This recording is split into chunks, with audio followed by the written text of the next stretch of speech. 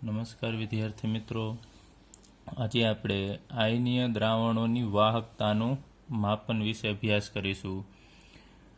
તો અહીં આપણી પાસે એક પાત્ર છે. પાત્રની અંદર સોડિયમ ક્લોરાઇડ ઓગાળેલું છે, Na+ અને Cl-. તો આની અંદરથી કેટલો વિદ્યુત પ્રવાહ છે આપણે પસાર કરી શકીએ એના માટે આપણી પાસે અવરોધ હોવો જરૂરી છે. તો વાહકતાનું માપન કરવા માટે આપણે આગળ ઉપર ભણી ગયા છીએ કે આની અંદર વિદ્યુત ધ્રુવો રાખીશું તો દ્રાવણનું સંઘટન છે બદલાશે, કારણ કે ક્લોરીન વાયુ છે એ ઉત્પન્ન થઈ શકે છે. જો પીગલિત દ્રાવણ હોય તો સોડિયમ ઉત્પન્ન થાય છે, તો ક્લોરીન વાયુ છે એનું પ્રમાણ ઘટવા લાગે છે, તો દ્રાવણનું બંધારણ છે એ બદલશે. હવે અજ્ઞાત અવરોધનું ચોક્કસ માપન છે એ આપણે વિસ્ટોન બ્રિજની મદદથી કરી શકીએ છીએ, એ તમને ખ્યાલ છે. હવે આયનીય દ્રાવણોનો અવરોધ આપણે માપવો હોય, આયનીય દ્રાવણ એટલે sodium chloride, potassium chloride, sodium hydroxide, આવા કોઈ પણ આયનીય દ્રાવણ કે જેને પાણીમાં ઓગાળતા આયન બને છે, એવા દ્રાવણોનો અવરોધ માપવા માટે બે સમસ્યાનો સામનો કરવો પડે છે. તો એ કઈ બે સમસ્યા છે એ આપણે લખીએ. સમસ્યા પહેલી અહીંયા કે જો આમાંથી આપણે વિદ્યુત પ્રવાહ પસાર કરીએ છીએ, તમને ખ્યાલ છે, તો એ વિદ્યુત પ્રવાહ પસાર કરીશું અને સીધો પ્રવાહ પસાર કરવામાં આવે, સીધો પ્રવાહ જેને આપણે ડીસી પ્રવાહ કહીએ છીએ, તો સીધો પ્રવાહ છે એ પસાર કરવામાં આવે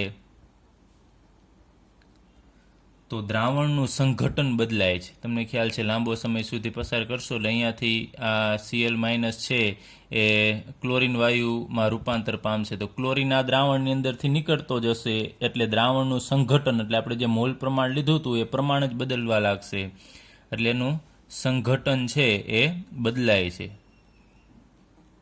ખાસ સમજો, સંઘટન કઈ રીતે બદલાશે. Cl- છે નીકળતો જશે એટલે ક્લોરીનનું પ્રમાણ ઘટતું જશે, દ્રાવણની જે પહેલે સાંદ્રતા હતી એ હવે એમાં ચેન્જીસ થશે, બદલાવ આવશે, એટલે એનું સંઘટન બદલાય છે. ત્યારબાદ આપણે બીજી સમસ્યા લઈએ તો વિસ્ટન બ્રિજ સાથે જો ધાત્વીય વાયર અથવા ધનવાહકથી આપણે દ્રાવણને જોડીએ તો એ જોડી શકાતું નથી. ચલો તો આપણે લખીએ, દ્રાવણને વિસ્ટન બ્રિજ સાથે આપણે જોડવું હશે તો એ ધાત્વીય વાયર અથવા તો ધનવાહકથી આપણે કોઈ પણ હોય તો એનીથી જોડી શકાતું નથી, કારણ કે અહીંયા જો કોઈ પણ બીજો તમે ધાત્વીય વાહક લેશો, માનો કે કોપર લેશો, તો એ પોતાનું જ ઓક્સિડેશન થવા લાગશે અને વાયર છે એ જ ખવાવા લાગશે, તો ફરીથી દ્રાવણનું સંઘટન, દ્રાવણની અંદર કોપર ઉત્પન્ન થઈ શકે જે હતા નહીં, દ્રાવણ NaCl હોય અને બીજી ધાતુ છે આની અંદર ઉત્પન્ન થઈ શકે, તો એ ચાલે નહીં, તો એનું પણ સંઘટન બદલાશે. એટલે આ બે સમસ્યા છે કે પહેલી સમસ્યા સીધો પ્રવાહ પસાર કરશો તો સંઘટન બદલાશે, અને દ્રાવણને વિસ્ટન બ્રિજ સાથે એની મદદથી આપણે માપીએ છીએ, જો ધાત્વીય વાયર કે ધનવાહકથી જોડવામાં આવે તો એ પણ જોડી શકાતું નથી. હવે આપણે એનું નિવારણ લઈએ તો આ પહેલી સમસ્યા છે એને આપણે નિવારવી હોય તો નિવારી શકીએ છીએ. જે આપણે ડીસી પ્રવાહ પસાર કરીએ છીએ એની જગ્યાએ ઉલટ સુલટ પ્રવાહ પસાર કરવાનો, જેને આપણે એસી પ્રવાહ કહીએ છીએ. તો એસી પ્રવાહ પસાર કરશો એટલે આ જે સંઘટન બદલાવાનું જે સમસ્યા છે એ દૂર કરી શકાય છે. ત્યારબાદ બીજી જે આ સમસ્યા છે કે ધાત્વીય વાયર વડે જોડી શકાતું નથી, તો એનું પણ એક નિરાકરણ છે. યોગ્ય પ્રકારની આપણે જો ખાસ ડિઝાઇન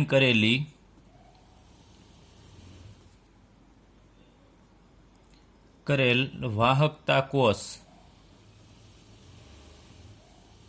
ની મદદથી આપણે એ દ્રાવણને એની અંદર, એટલે કે વાહકતા કોષ છે, આપણે એવો ખાસ ડિઝાઇન કરેલો વૈજ્ઞાનિકોએ છે કે એની અંદર તમે દ્રાવણ ભરી દેશો તો એમાં ધાત્વીય વાયર નથી આવતો, એ આપણે હમણાં એની રચના પણ જોઈએ.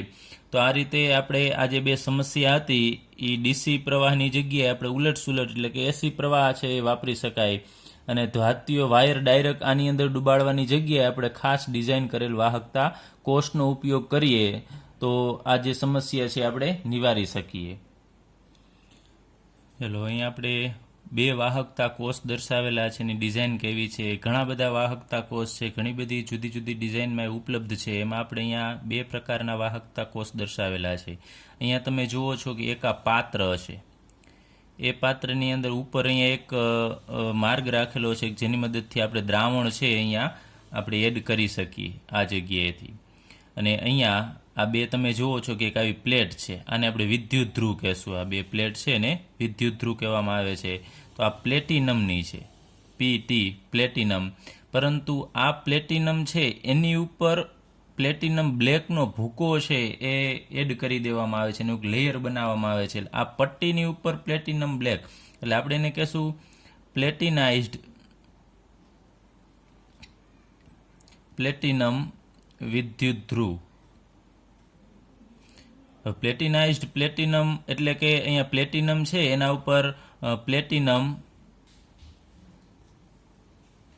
બ્લેક એનું લેયર ચડાવવામાં આવે છે કે જે પ્રક્રિયાનો વેગ વધારે છે.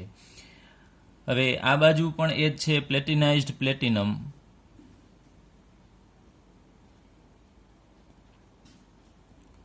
પ્લેટિનમ વિદ્યુત ધ્રુવ બંને છે, પ્લેટિનમ છે. હવે તમને ખ્યાલ છે પ્લેટિનમ છે નિષ્ક્રિય છે, તો એ અહીંયા દ્રાવણ સાથે આપણે ભરીશું એની સાથે પ્રક્રિયા નહીં કરે. અહીંયા આપણે વાત કરી હતી કે જો ડાયરેક્ટ જો ધાત્વીય વાયર, તો ધાત્વીય વાયર માનો કે આપણે લઈએ કોપરનો બનેલો હોય તો કોપર અહીંયા પ્રક્રિયા કરીને દ્રાવણમાં Cu+2 આયન મુક્ત કરે. એવી રીતે અહીંયા પ્લેટિનમ છે એ કોઈ આયન મુક્ત કરશે નહીં, કારણ કે પ્લેટિનમ છે એ નિષ્ક્રિય છે. તો નિષ્ક્રિય વિદ્યુત ધ્રુવનો અહીંયા ઉપયોગ કરવામાં આવેલો છે, જેથી કરીને આપણે જે બીજી સમસ્યા હતી એ આપણે નિવારી શકીએ. હવે આની અંદર અહીંયાથી ઉપરથી દ્રાવણ ભરવામાં આવે છે. આ બે જે વિદ્યુત ધ્રુવ છે એને વાયર મારફતે અહીંયા જોડવામાં આવે છે. અહીંયા આ જોડાણ કરતો વાયર છે.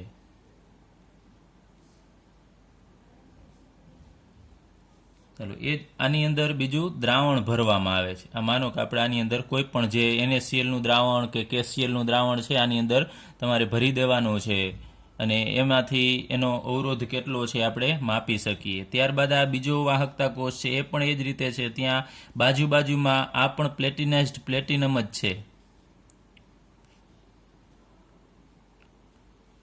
પ્લેટિનમ વિદ્યુત ધ્રુવ.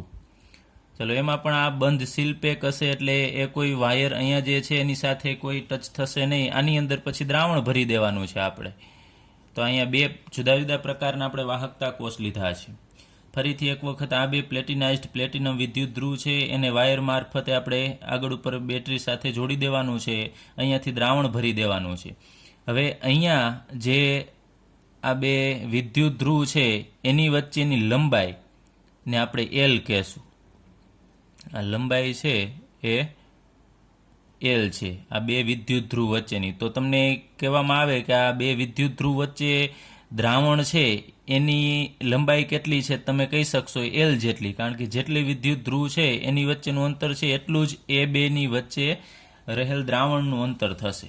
ત્યારબાદ અહીંયા આપણે કહીએ કે આ જે પ્લેટિનાઇઝ્ડ પ્લેટિનમ છે વિદ્યુત ધ્રુવ, એનું કંઈક આડછેદનું ક્ષેત્રફળ હશે. એટલે કે એનું ક્ષેત્રફળ કેટલું છે આ સપાટીનું કે જે આના દ્રાવણના સંપર્કમાં છે, તો એ આડછેદનું ક્ષેત્રફળ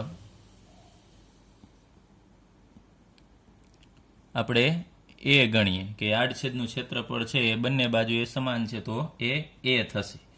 ચાલો આટલું ધ્યાન રાખજો કે આ બંને વચ્ચે વિદ્યુત ધ્રુવ વચ્ચેની લંબાઈ L છે અને આના આડછેદનું ક્ષેત્રફળ A છે. હવે આની અંદર આપણે દ્રાવણ ભરી દીધેલું છે, તો દ્રાવણ બે વિદ્યુત ધ્રુવ વચ્ચે દ્રાવણનું એની લંબાઈ કેટલી થશે, અંતર કેટલું થશે, તો એ પણ L જેટલું જ થશે. તો હવે આપણે આનો અવરોધ માપીએ તો એ અવરોધ કેટલો થશે, તો આગળ ઉપર આપણે આ સૂત્ર આવી ગયું છે R બરાબર ρ L/A, એટલે કે અવરોધ છે એ લંબાઈના સમપ્રમાણમાં અને આડછેદના ક્ષેત્રફળના વ્યસ્ત પ્રમાણમાં, અને આ પ્રતિરોધકતા અથવા તો વિશિષ્ટ અવરોધ છે.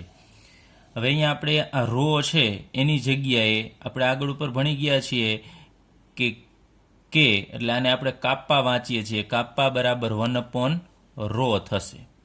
આપણે આગળ ઉપર આવી ગયું છે. હવે તમે ρને કરતા બનાવશો તો ρ બરાબર 1/K થશે. તો અહીંયા ρ બરાબર 1/k, એટલે કે પ્રતિરોધકતા છે અને વાહકતા એકબીજાના વ્યસ્ત છે. તો અહીંયા ρની જગ્યાએ આપણે આટલાની જગ્યાએ મૂકી દઈએ 1/k, તો અહીંયા આપણને મળશે 1/k ઇન્ટુ L/A થશે. ચાલો હવે આના ઉપરથી અહીંયા આપણે તમે જુઓ છો આ L/A છે, તો આ L/A એટલે આ લંબાઈ અને A એટલે આડછેદનું ક્ષેત્રફળ. આ તો ફિક્સ હશે. તમે આ કોષ બનાવી નાખો એક વખત વાહકતા કોષ, તો એમાં આની વચ્ચેનું જે અંતર છે લંબાઈ એ ફિક્સ રહેશે, એ બદલશે નહીં. પછી તમે આ NaClનું આની અંદર આમાં ભર્યું હતું દ્રાવણ, એવું તમે NaClનું દ્રાવણ ભરો અથવા KClનું દ્રાવણ ભરો અથવા બીજા કોઈ પણ દ્રાવણ ભરો, તો આની વચ્ચેની જે અંતર છે લંબાઈ છે એ ફિક્સ રહેશે, આડછેદનું ક્ષેત્રફળ પણ ફિક્સ રહેશે. તો આ L/A છે એ આ કોષ માટે ફિક્સ રહેશે. તો આ રાશિ કે જે L/A છે એને આપણે કોષ અચળાંક કહેશું અને એને આપણે G* વડે દર્શાવીશું. યાદ રાખજો, L/A ને કોષ અચળાંક શા માટે કહીએ છીએ? કારણ કે એ જે તે કોષ માટે અચળ છે. કારણ કે Lની વેલ્યુ અચળ હશે, આ કંઈ બદલાય નહીં. તમે અવરોધાનો માપતા હોય ત્યારે કે આનું અંતર બદલાતું નથી, ફિક્સ રહેશે. એ એટલે આડછેદનું ક્ષેત્રફળ, આપણે જેવડી પ્લેટ લીધી હોય એનું ક્ષેત્રફળ પણ ફિક્સ રહેશે. તો L/A અચળ છે, તો એને આપણે કોષ અચળાંક કહેશું અને એને G* વડે દર્શાવીશું. હવે આપણે આ G* એટલે કે કોષ અચળાંક જો મેળવવો હોય તો એના માટે તમને ખ્યાલ છે કે આ લંબાઈ તમારી પાસે હોવી જોઈએ, કે કેટલી લંબાઈ છે અને આનું આડછેદનું ક્ષેત્રફળ કેટલું છે એ. તો એ બંને તમારી પાસે હોય તો એના ઉપરથી તમે સરળતાથી કોષ અચળાંક G* છે મેળવી શકો છો. હવે આપણે આ જે સૂત્ર છે એને આપણે થોડું મોડિફાઈ કરીએ. અહીંયા R બરાબર અહીંયા 1/k L/A છે, તો અહીંયા આપણે ડાયરેક્ટ અહીંયા લખીએ R બરાબર, આ સૂત્ર ડાયરેક્ટ મૂકીએ છીએ 1/k L/A. પરંતુ આપણે અહીંયા ભણી ગયા કે L/A એટલે કોષ અચળાંક થશે, તો આટલાની જગ્યાએ L/A ની જગ્યાએ આપણે G* મૂકી દઈએ, તો બરાબર 1/k G* થશે. તો આપણે અહીંયા કહી શકીએ R બરાબર 1/k G* છે, તો એમાં G* ને આપણે કરતા બનાવીએ G*, તો આ k છે એ R ના ગુણકમાં જશે, તો G* બરાબર R ઇન્ટુ k થશે. તો આપણે આ સૂત્રની મદદથી પણ કોષ અચળાંક છે ગણી શકીએ છીએ. G* બરાબર RK, આ સૂત્ર છે યાદ રાખજો કઈ રીતે આવ્યું છે. તો G* અહીંયા L/A ની જગ્યાએ આપણે G* મૂકીએ છીએ અને G* ને કરતા બનાવશો એટલે R છે એ k ના ગુણકમાં જશે, એટલે અહીંયા RK બનશે. અને ત્યારબાદ આપણે જો હવે એક બીજી વસ્તુ કે આ L/A છે એમાં આ લેન્થ છે લંબાઈ અને આ એનું માપન છે એ એટલું બધું સગવડતા ભરેલું નથી, થોડું મુશ્કેલ છે અને એ અવિશ્વસનીય પણ છે. એ સરળતાથી આપણે એનો વિશ્વાસ કરી શકાય નહીં કે બરોબર પરફેક્ટ જ છે. તો એનું માપન કરવા માટે આપણે કોઈ પણ જે જ્ઞાત KClનું દ્રાવણ લેવામાં આવે છે જનરલી આના ઉપયોગ માટે, અને એના અવરોધનું માપન કરીને આપણે આ G* છે મેળવી શકીએ છીએ. એના KClનું દ્રાવણ છે એની જ્ઞાત સાંદ્રતા લેવાની છે અને એની મદદથી આપણે G* છે એનું માપન કરી શકીએ છીએ, પછી આપણે વાહકતા છે એની મેળવી શકાય. હવે આપણી પાસે KClનું દ્રાવણ હોય અને એની વાહકતા એટલે કે K આપણી પાસે હોય, તો આ Kનું મૂલ્ય તમે અહીંયા મૂકી શકો છો અને ત્યારબાદ આપણે એનો અવરોધ ગણી શકીએ. આ જે આપણી પાસે વાહકતા કોષ છે એની મદદથી આપણે અવરોધ ગણી શકીએ. તો K તો આપણી પાસે છે જ KClના દ્રાવણનો, અને R આપણે ગણી લેવાનો, એની મદદથી આપણને G* છે મળી જશે. તો અહીંયા આપણે બીજી રીતે અહીંયા આમ પણ લખી શકીએ બુક પ્રમાણે G* શું છે, તો એ L/A છે અને એનું મૂલ્ય કેટલું થશે, તો R ઇન્ટુ K જેટલું થશે. તો આ સૂત્ર છે યાદ રાખજો, આગળ ઉપર આપણે દાખલા ગણવા માટે બહુ મહત્વનું છે. ફરીથી એક વખત શું કરવામાં આવે છે, આ તો જ્ઞાત હોય એવું KClનું દ્રાવણ કે જેની વાહકતા જ્ઞાત હોય, ખબર હોય, એવું દ્રાવણ છે આની અંદર ભરવાનું. આની અંદર માનો કે અત્યારે આપણે KClનું દ્રાવણ ભરી દઈએ તો એની K એટલે વાહકતા તો આપણને ખબર જ છે, તો માત્ર આપણે એનો અવરોધ જ જાણવાનો રહેશે. તો K મેળવી લઈએ, K આપણને ખ્યાલ છે, અને R મેળવી લઈએ તો એના ઉપરથી એ બંનેનો ગુણાકાર કરવાથી આપણને G સ્ટાર મળી જશે, એટલે કે કોષનો અચળાંક છે મળી જશે. ચલો હવે એક વખત જો આપણને આ G સ્ટાર મળી જશે તો એનો મતલબ કે આ કોષ અચળાંક મળી જશે, એટલે આ કોષ માટેનો અચળાંક ફિક્સ હોય છે, આપણે આગળ ઉપર વાત કરી. ત્યારબાદ તમે આની અંદર કોઈ પણ દ્રાવણ ભરી શકો, NaClનું ભરી શકો, NaOHનું ભરી શકો, KOHનું ભરી શકો. આ કોઈ પણ જે દ્રાવણ છે એનો તમે વાહકતા પણ માપી શકો છો અને અવરોધ પણ મેળવી શકો છો, પણ એના માટે એક કોષ અચળાંક છે મેળવવો અગત્યનો છે, અને એ મેળવવા માટે ખાસ ધ્યાન રાખવું પડે. આપણે વાત કરી, કારણ કે એટલું સરળતાથી મળતું નથી અને એ અવિશ્વસનીય છે, એટલે આ કોષ અચળાંક એક વખત પરફેક્ટ મેળવવો અગત્યનો છે. હવે આપણે અવરોધના માપન માટેની ગોઠવણી જોઈએ કે કઈ રીતે આપણે દ્રાવણનો અવરોધ છે માપી શકાય. તેના માટેની આ ગોઠવણી છે. એમાં અહીંયા તમે જુઓ છો 4 અહીંયા અવરોધ છે, અહીંયા P છે, અહીંયા આંદોલક છે. તો આમાં કઈ વસ્તુ શું છે લઈએ તો અહીંયા રહેલો R3 અને R4 એ બે જુદા જુદા અવરોધ છે. ત્યારબાદ અહીંયા પણ એક અવરોધ છે, એને આપણે R1 કહીએ, તો એ R1 છે ચલ અવરોધ છે, અને આપણે વેરિયેબલ કરી શકીએ છીએ, બદલાવી શકીએ છીએ. ત્યારબાદ અહીંયા R2, તો R2 છે અને એ અહીંયા વાહકતા કોષ છે. તો R2 શું છે, તો વાહકતા કોષનો અવરોધ છે, કે એનો અવરોધ કેટલો થશે એ અહીંયા આપણને R2 મળશે, એટલે અહીંયા વાહકતા કોષ છે જોડવામાં આવે છે. ત્યારબાદ અહીંયા O છે, તો O શું છે, તો એ આંદોલક કે જેની મદદથી વિસ્ટન બ્રિજને વીજ પુરવઠો પૂરો પાડવામાં આવે છે, અને એ વીજ પુરવઠો કેટલો હોય છે, તો 550થી 5000 સાયકલ શ્રાવ્ય આવૃત્તિ હોય છે પર સેકન્ડ. એક સેકન્ડમાં આટલા સાયકલ શ્રાવ્ય આવૃત્તિ છે એમાંથી પસાર થાય છે. ત્યારબાદ અહીંયા વચ્ચે રહેલ P એ શું છે, તો એ યોગ્ય સંસૂચક છે. ત્યાં આપણે હેડફોન પણ લગાવી શકીએ આ જગ્યાએ, Pની જગ્યાએ, અથવા તો કોઈ પણ ઇલેક્ટ્રોનિક ઉપકરણ છે એ પણ આપણે લગાવી શકીએ છીએ. હવે આપણે અજ્ઞાત અવરોધ માપીએ કે જ્યારે કોઈ યોગ્ય સંસૂચક ન હોય, કોઈ ઉપકરણ ન હોય, ત્યારે અજ્ઞાત અવરોધ કઈ રીતે મેળવવો. તો અજ્ઞાત અવરોધ અહીંયા આપણી પાસે જે વાહકતા કોષ છે એનો આપણે અવરોધ છે મેળવવો છે, તો એ R2 થશે. અજ્ઞાત અવરોધ R2 બરાબર અહીંયા થશે R1 × R4/R3. તો તમારે આ ફિઝિક્સમાં પણ આવતું જ હશે, આ સૂત્ર છે.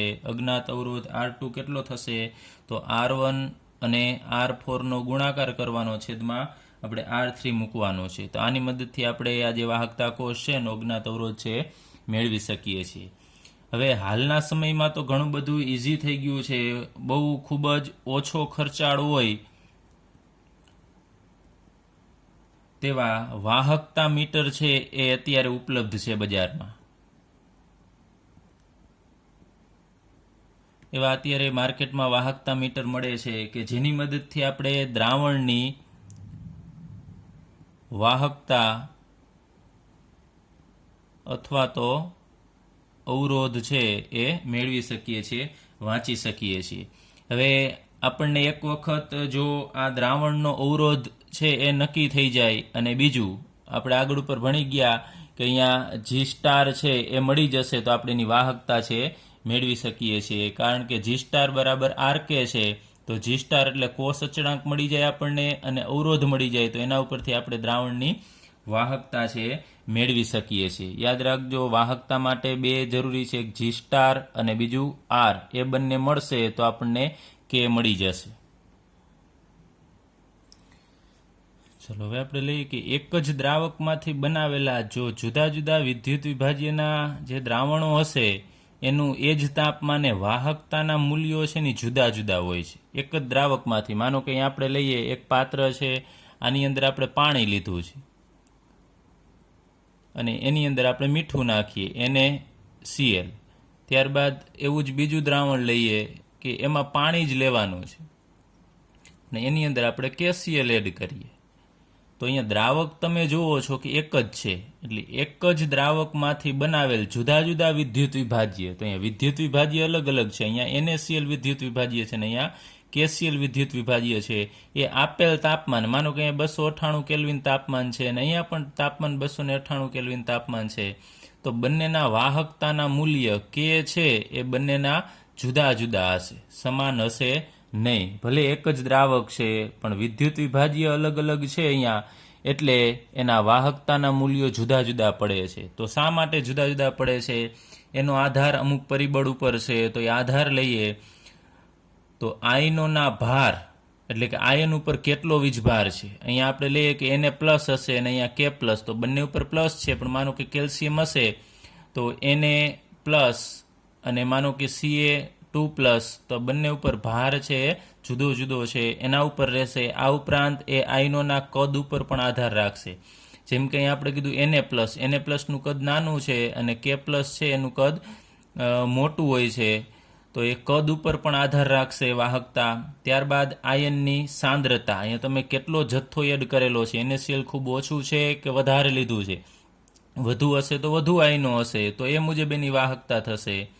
ત્યારબાદ આપેલ પોટેન્શિયલ દ્રવણતા હેઠળ આયન કેટલી સરળતાથી ઘૂમે છે. આ દ્રાવણની અંદર આયન જે એ હેરાફેરી કરતો હોય છે, અહીંયા એક જગ્યાએથી બીજી જગ્યાએ જતો હોય છે, તો એ કેટલી સરળતાથી જઈ શકે છે. જેમ વધુ સરળતાથી જઈ શકશે એમ વાહકતાનું મૂલ્ય છે વધી જશે. ચલો, તો હવે આનું નિરાકરણ કરવા માટે એક સર્વસામાન્ય એક વાહકતા, જેને આપણે મોલર વાહકતા કહેશું, એનો ઉપયોગ કરવામાં આવે છે. એટલે વાહકતા આપણે ગણવાની છે મોલર, એટલે કે આપણે જનરલી એને મોલારિટી કહીએ છીએ, અને એની સંજ્ઞા છે આ રીતે. એ નથી કરવાનો, વચ્ચે અહીંયા એક લીટું બાકી રાખવાનું છે, એને લાંબડા અથવા તો લેમડા કહેવામાં આવે છે. અને અહીંયા મોલર માટે અહીંયા તમારે સ્મોલ m, નાના નીચે નાના અક્ષરમાં લખવાનું થશે m, તો આને વાંચશું લાંબડા m અથવા તો લેમડા m પણ ઘણી વખત કહીએ છીએ. તો મોલર વાહકતા આપણે મેળવવી હોય તો એના માટેનું એક સૂત્ર છે, એ લખીએ. મોલર વાહકતા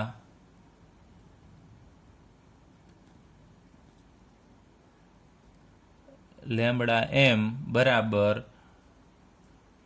K/C. આ સૂત્ર છે તમારે યાદ રાખવાનું છે. મોલર વાહકતા લેમડા m બરાબર K/C, કે જ્યાં K શું છે, તો આને આપણે કાપ્પા કહીએ છીએ, આ વાહકતા છે, અને C છે એ સાંદ્રતા છે. તો K કપ્પા અથવા કાપ્પા એનો એકમ શું છે, તો આપણે આગળ ઉપર ભણી ગયા છીએ. આના માટેનો એકમ છે એ સિમેન્સ પ્રતિ મીટર, સિમેન્સ મીટર ઇન્વર્સ છે.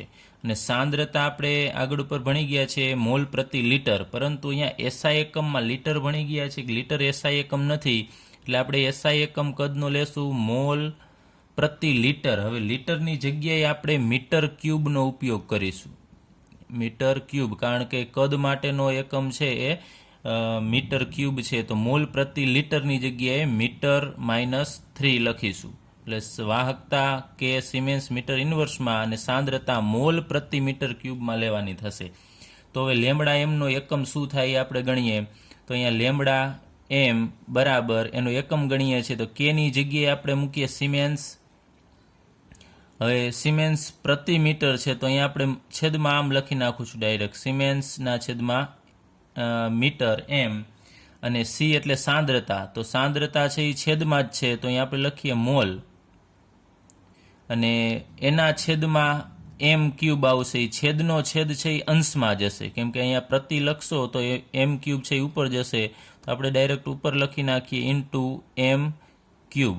યાદ રાખજો, મોલ પ્રતિ મીટર ક્યુબ છે તો છેદનો છેદ અંશમાં જશે. તો આનું તમે સાદરૂપ આપશો તો અહીંયા મીટર ક્યુબ છે અને 1 મીટર છે, તો 1 મીટર છે ઉડી જશે, તો અહીંયા વધશે સિમેન્સ મીટર સ્ક્વેર અને છેદમાં મોલ. અને આપણે બીજી રીતે લખવું હોય તો લખી શકાય સિમેન્સ મીટર સ્ક્વેર, મોલને ઉપર લખવું હોય તો મોલ ઇન્વર્સ. આ છે એ મોલર વાહકતાનો એકમ છે, SI એકમ છે આ. હવે આપણે બીજી રીતે જો એનો એકમ છે એ મેળવવો હોય જુદી જુદી રીતે, એક વસ્તુ એક આપણે યાદ રાખવાની છે કે સાંદ્રતા છે એ મોલારિટીમાં આપણે લઈએ તો મોલ પ્રતિ લીટર હશે, પરંતુ આપણે અહીંયા મોલ પર મીટર ક્યુબમાં લેવાનું છે. તો આપણે અહીંયા 1 મોલ પર મીટર ક્યુબ, ચલો એમાં લેશું. સૌપ્રથમ આપણે લઈએ કે માનો કે તમારી પાસે મોલારિટી છે, આપણે સાંદ્રતા આપણને આપેલી છે મોલારિટીની અંદર, તો અહીંયા આપણે લખીએ ડાયરેક્ટ મોલારિટી. મોલારિટી એટલે થશે મોલ પ્રતિ લીટર. હવે મોલારિટીમાં તમે જો ડાયરેક્ટ અહીંયા સાંદ્રતા મૂકશો તો તમારો જવાબ છે આ એકમમાં આવશે નહીં, એ મેચ નહીં થાય. તો મોલારિટીમાં મોલ પ્રતિ લીટર એટલે કે આ જે લીટર છે એને આપણે કન્વર્ટ કરવાનો છે મીટર ક્યુબની અંદર કન્વર્ટ કરવાનો થશે. ફરીથી એક વખત યાદ રાખજો, સી ડાયરેક્ટલી તમે અહીંયા મોલારિટીમાં મૂકો તો જવાબ ખોટો આવશે, એકમ મુજબ આવશે નહીં. તો મોલ પ્રતિ લીટર, જે લીટર છે એને આપણે મીટર ક્યુબની અંદર કન્વર્ટ કરવાનો છે. તો એના માટે આપણે લીટર કાઢી નાખવાનો છે અને એની જગ્યાએ મીટર ક્યુબ આવવો જોઈએ. તો એના માટે મોલારિટીને તમારે 1000 વડે ગુણવાનું થશે. 1000 અને ઇન્ટુ તમારે અહીંયા લીટર કાઢવો છે તો ઉપર લીટર અને છેદમાં મીટર ક્યુબ, એટલે આટલા વડે તમારે ગુણવાનું થશે. તો 1000 ગુણ્યા મોલારિટી તમે કરશો અને જે જવાબ મળશે ને એ તમને મોલ પર મીટર ક્યુબમાં મળશે. કારણ કે તમે અહીંયા જુઓ છો લીટર લીટર, અહીંયા લીટર અંશમાં છે, અહીંયા લીટર છેદમાં છે, તો લીટર લીટર કેન્સલ થશે, તો પાછળ વધશે માત્ર મોલ. અહીંયા આપણે જોઈ લઈએ, ચાલો લીટરના છેદમાં મીટર ક્યુબ છે આ 1000, એને ગુણ્યા મોલારિટીમાં તમે જુઓ છો તો મોલ પ્રતિ લીટર છે. હવે અહીંયા લીટર લીટર કેન્સલ થશે તો વધશે અહીંયા મોલ પ્રતિ મીટર ક્યુબ, તો એ આપણે અહીંયા રાખેલું છે મોલ પ્રતિ મીટર ક્યુબ. તો હવે શું કરવાનું છે, આ સૂત્ર શાના માટેનું છે, તો જો તમારી પાસે મોલારિટી હોય અને એને તમારે મોલ પર મીટર ક્યુબમાં ફેરવવું હોય તો મોલારિટી ગુણ્યા ડાયરેક્ટ 1000 કરી નાખવાના, એટલે મોલ પર મીટર ક્યુબમાં ફેરવાઈ જશે. ફરીથી એક વખત મોલારિટી ગુણ્યા 1000 કરશો એટલે એ જવાબ તમને મોલ પર મીટર ક્યુબમાં મળી જશે. ચલો હવે આપણે આ લેમડા એમ બરાબર કેના છેદમાં સી છે એની અંદર આપણે કિંમત મૂકીએ અને મેળવીએ siemens metre square mole inverse છે એ આપણે એકમ મેળવીએ. તો અહીંયા લેમડા એમ છે એને એમ રાખીએ લેમડા એમ બરાબર અહીંયા કે છે, કે એટલે વાહકતા, એ આપણે લખીએ અહીંયા કે, અને એનો એકમ તમને ખ્યાલ છે આપણે લખ્યું સિમેન્સ મીટર ઇન્વર્સ. ચલો એના છેદમાં અહીંયા સી એટલે સાંદ્રતા, તો અહીંયા સાંદ્રતા લેવાની છે મોલ પર મીટર ક્યુબમાં, પરંતુ આપણી પાસે મોલારિટીમાં હોય અને આપણે ડાયરેક્ટ એને આમાં કન્વર્ટ કરવામાં ઘણી બધી વાર લાગે, તો ડાયરેક્ટ હવે અહીંયા તમારે આ મૂકી દેવાની છે સાંદ્રતા, એટલે આ સાંદ્રતા જ છે, સાંદ્રતા સી પણ અહીંયા મોલ મીટર ક્યુબમાં છે. હવે 1000 લીટર એટલે આપણે હવે સીની જગ્યાએ આટલું મૂકીશું, આ મૂકો તોય ચાલે, કોઈ પ્રોબ્લેમ નથી. તો તમારે મોલારિટીને આમાં કન્વર્ટ કરવું પડશે, પણ જો મોલારિટી હોય તો તમારે ડાયરેક્ટ શું કરવું પડશે, 1000 વડે ગુણી નાખવાનું છે, 1000 લીટર પર મીટર ક્યુબ, એને ગુણ્યા અહીંયા મોલારિટી જેવું હોય તે અહીંયા મૂકી દેવાની, અને એનો એકમ છે મોલ પ્રતિ લીટર.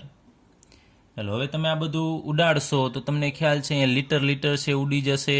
આગળ ઉપર આપણે વાત કરીએ એમ તો મીટર ક્યુબ અને આ છે એમાંથી તમારે 2 ઉડી જશે અહીંયા વાત કરીએ એમ, તો એનો ફાઇનલ એકમ siemens metre square mole inverse છે મળશે. તો અહીંયા તમને બુકમાં આપેલો છે siemens metre square mole inverse.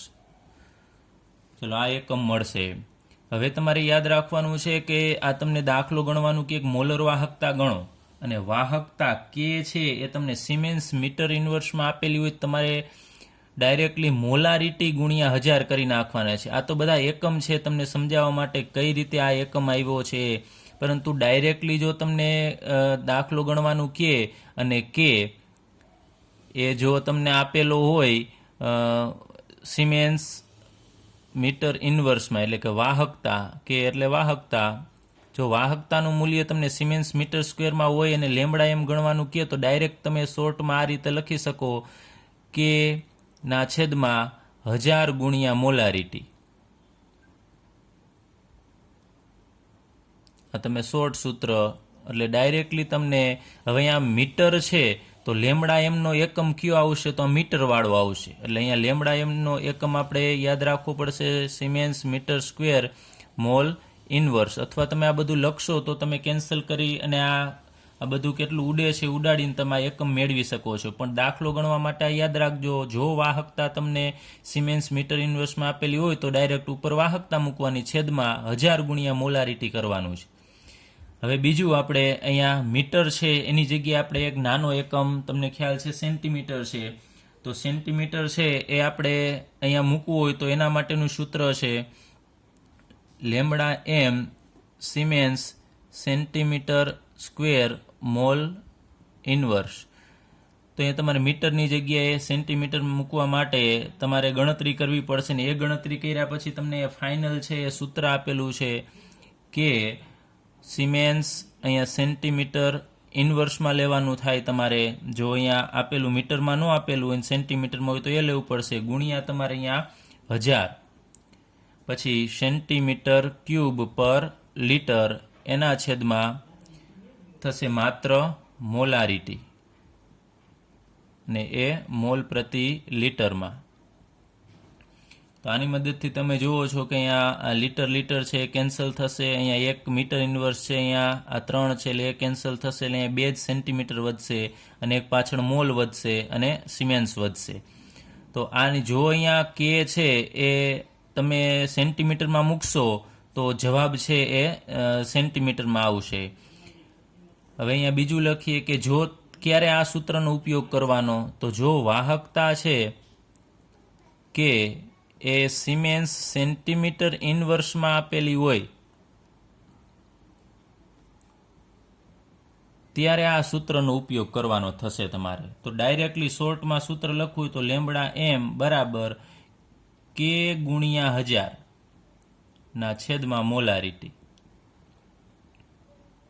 તો તમે શોર્ટમાં સૂત્ર યાદ રાખી શકો જો વાહકતા છે એ સિમેન્સ સેન્ટીમીટર ઇન્વર્સમાં હોય તો તમારે આ સૂત્રનો ઉપયોગ કરવાનો પરંતુ આ સૂત્રનો ઉપયોગ કર્યા પછી તમારે એકમ લખવાનો થશે તો એ siemens centimetre square mole inverse લખવાનો થશે siemens centimetre square mole inverse લખવાનો થશે એ યાદ રાખજો એ ભૂલાય નહીં વળી પાછું તમે સિમેન્સ સેન્ટીમીટર ઇનવર્સમાં મૂકો ને એકમ મીટર લખો એ ન ચાલે તો તમારે આ બંને સૂત્ર એકદમ ઇઝી છે યાદ રાખી શકો મીટર હોય તો છેદમાં 1000 લખવાના થશે મોલારિટી ગુણ્યા 1000 હવે અહીંયા 1000 કરશો ને એટલે તમારે મોલારિટી ડાયરેક્ટ અહીંયા મૂકી દેવાની મોલ પ્રતિ લીટરમાં અને જો સેન્ટીમીટરમાં હોય તો 1000 નીચે નહીં લખવાના 1000 ઉપર લખવાના આની પણ કેલ્ક્યુલેશન છે એ તમે અહીંયા મીટરની જગ્યાએ સેન્ટીમીટર છે એનો ઉપયોગ કરી શકો આમાં સૂત્રમાં અને એનું સાદરૂપ આપશો એટલે તમને આ સૂત્ર છે મળી જશે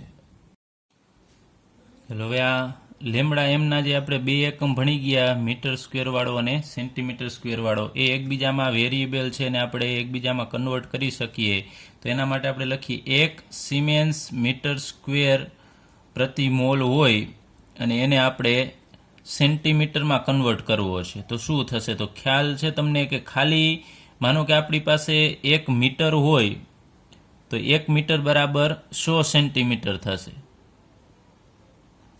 તો 1 મીટર સ્ક્વેર એટલે કેટલા થશે તમારે વર્ગ કરવાનો થશે તો 100 નો વર્ગ છે થશે એ 10⁴ અને આ બાજુ સેન્ટીમીટર સ્ક્વેર તો ટૂંકમાં 100 ગુણ્યા 100 કરવાના થશે 10⁴ તો 1 મીટર સ્ક્વેર બરાબર થશે 10⁴ સેન્ટીમીટર સ્ક્વેર તો અહીંયા માત્ર તમારે મીટર સ્ક્વેરની જગ્યાએ મૂકવાનું છે 10⁴ સિમેન્સ સેન્ટીમીટર સ્ક્વેર તો અહીંયા તમારે આવશે 10⁴ siemens centimetre square mole inverse એટલે 10⁴ વડે આપણે ગુણી દેવાનું એટલે સેન્ટીમીટર સ્ક્વેરમાં કન્વર્ટ થશે હવે એ જ રીતે તમને આપેલું હોય 1 siemens centimetre square mole inverse અને એને તમારે મીટરમાં કન્વર્ટ કરવા છે તો વળી પાછું તમારે બીજું આ એક સંબંધ છે એ યાદ રાખવાનો થશે 1 સેન્ટીમીટર હોય તો કેટલા મીટર થાય તો તમને ખ્યાલ છે 1 આને 100 વડે ભાગવાના છે એટલે 0.01 મીટર થશે અથવા તો તમારે આને બરાબર લખવું હોય તો લખી શકાય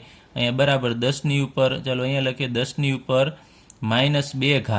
મીટર થશે 1 સેન્ટીમીટર એટલે હવે તમારે વર્ગ કરવો છે અહીંયા તો 1 સેન્ટીમીટર સ્ક્વેર બરાબર કેટલું થશે તો અહીંયા 2 વડે તમારે ગુણવું પડશે ઘાતને તો 10⁻⁴ ઘાત મીટર સ્ક્વેર તો 1 સેન્ટીમીટર સ્ક્વેરની જગ્યાએ તમારે 10⁻⁴ ઘાત મીટર સ્ક્વેર મૂકવું પડે તો અહીંયા 10⁻⁴ ઘાત સેન્ટીમીટર સ્ક્વેરની જગ્યાએ siemens metre square mole inverse થશે.